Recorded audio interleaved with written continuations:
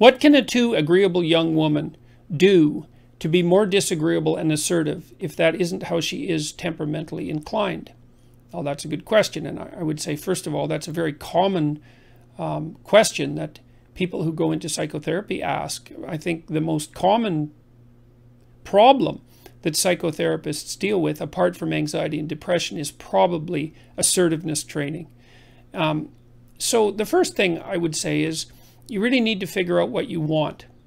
And I would recommend doing the self-authoring program, the future authoring program in particular, because if you want to stand up for yourself, you have to have your goals and your vision well laid out and well defined, and then you have to have a strategy that is matched to those goals, so that you know what you want, so that you know when you're not getting it. Otherwise, you're left with a vague sense of dissatisfaction and resentment, and that's a very, very difficult thing to articulate. And if you can't articulate it, then you can't negotiate. If you know what you want and you know why, then you can make a case for yourself. Okay, so let's assume now that you've laid out a vision and a counter vision, which the future authoring program also helps you do, so you know what kind of hell you want to avoid that you might drift into if you were too agreeable for the rest of your life. That would be a hell that consisted mostly of people taking advantage of you all the time and you feeling resentful and bitter about it. Not something I would recommend. See, I think that women are agreeable because it helps them deal with infants, but it's not a great temperamental strategy for dealing with complex organizations in the adult world. So I think it's a price that women pay for also being adapted to have plenty of patience for very young children. And then you have to overcome that to some degree to put yourself forward properly in more complex hierarchies of accomplishment. So I would say once you have your vision established, your vision for the future, and your counter vision, so you're afraid of what will happen if you don't stand up for yourself, then you need to consult your resentment. Because if you're resentful about something, as far as I can tell, there's generally only two reasons. One is you should grow the hell up and quit whining. So you got to find out first if you're just feeling sorry for yourself, and you can think that through, make a pro and con case, and you can talk to somebody that you care about that. I'm not assuming that that's the reason, but that's one potential reason. If you're not merely feeling sorry for yourself, then you probably have something to say and something that you need. And you need to figure out what that is, and then you have to develop a strategy to put that forward.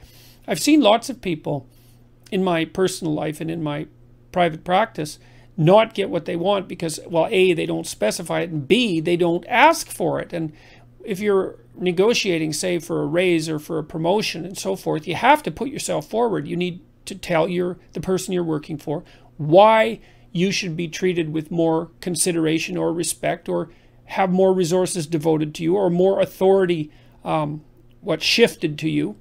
And you have to make a case for that, a compelling case, so that they have a reason to attend to you. And they're not going to notice, because most managerial types are so overloaded with work that they never notice when anything's going right. They just notice the things that are going wrong. So you need to make a plan.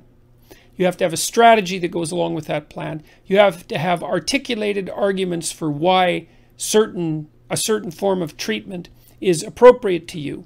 And then you have to have the courage to put that forward.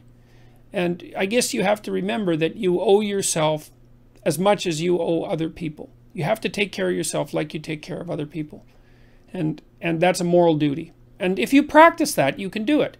And a lot of that's also associated with telling the truth. You know, you don't have a better friend than the truth, even though it can be very harsh in the short term. And so if you're unhappy at work because you're being taken advantage of, then you have to strategize yourself out of that. You have to learn to negotiate. And a lot of that also means that you have to overcome your hesitancy to engage in conflict. And you got to think about it this way. Negotiation and conflict are somewhat indistinguishable.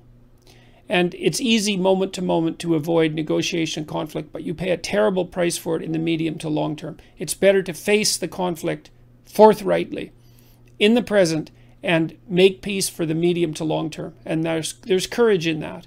So that's the other thing I would say is gird up your loins and allow yourself to act courageously and truthfully. Truth is your best bet if you're too agreeable. So, you know, you also might find that you have a pretty good critical intelligence, but that you think it's mean, and so that you keep it hidden. Some of the smartest women I knew, who were very, very agreeable, had unbelievably good instincts with regards to figuring out what other people's motives were, but they were ashamed of their suspicions. And really what that meant was they ended up being ashamed of their critical intelligence because they were so agreeable. So it may be that the darker part of you, the shadow part of you, knows things that you could know if you were willing to admit that they were true. And so you have to give some credence to your darker element, I would say.